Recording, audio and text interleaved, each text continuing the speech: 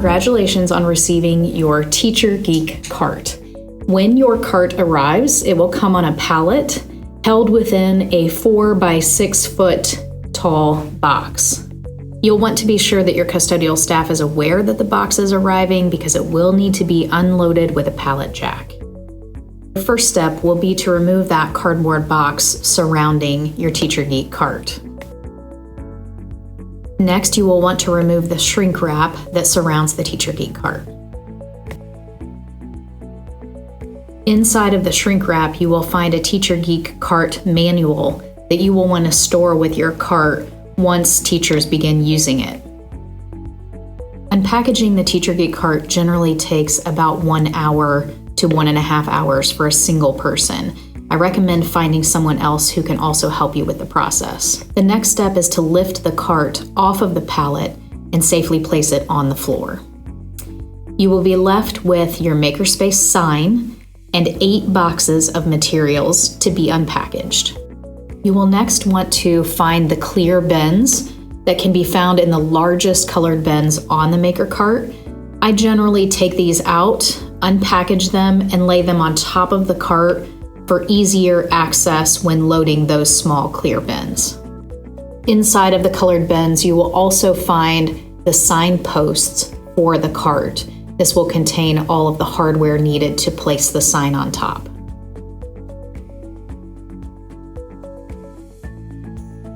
You are now ready to begin unboxing the 15,000 components that fit inside of the maker cart.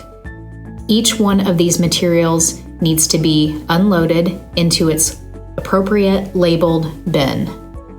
As you are unloading the materials, you will find that only so many fit into the appropriate sized bin. Those extras will be stored in 4 of the remaining TeacherGeek boxes. So you'll have boxes of extra materials that you'll want to make sure that you go through when you are short on materials in the cart. As you are unpackaging materials, you'll notice that the smaller components fit into these clear bins on the side of the TeacherGeek cart. There is no rhyme or reason to how you place these on the side of the cart, but I do encourage keeping the screws together in one row. It'll help make it easier for students to identify the various sizes.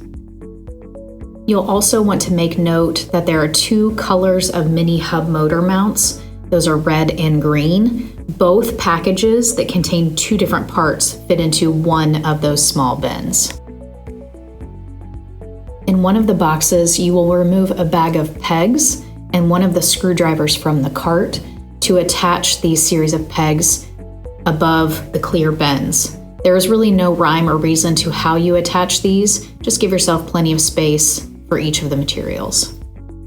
One box will be filled with all of the tools that hang on the side of the TeacherGeek cart.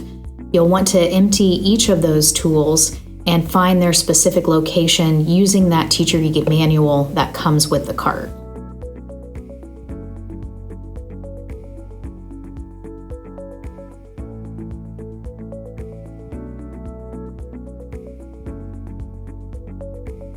Your last step is to mount the sign. You'll want to find the sign hardware and slide the post into the black plastic mount. In the bag with the sign post will be the mounting screws and an Allen wrench. Place the screws into the hole at the base and use the Allen wrench to tighten them.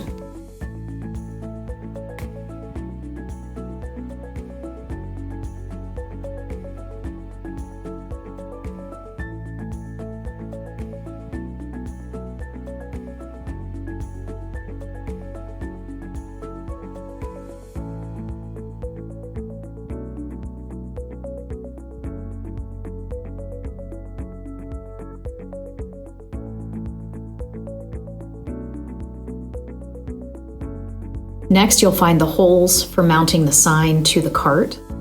Place the 4 black screws through the sign and the cart. You'll use wing nuts to tighten and secure the sign.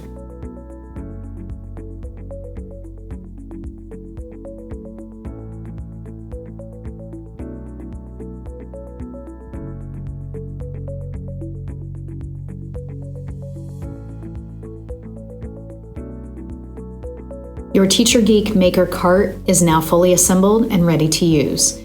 Remember, keep the extra components handy for when you need to refill your cart. And you're welcome to reorder materials from First Makerspace at any time.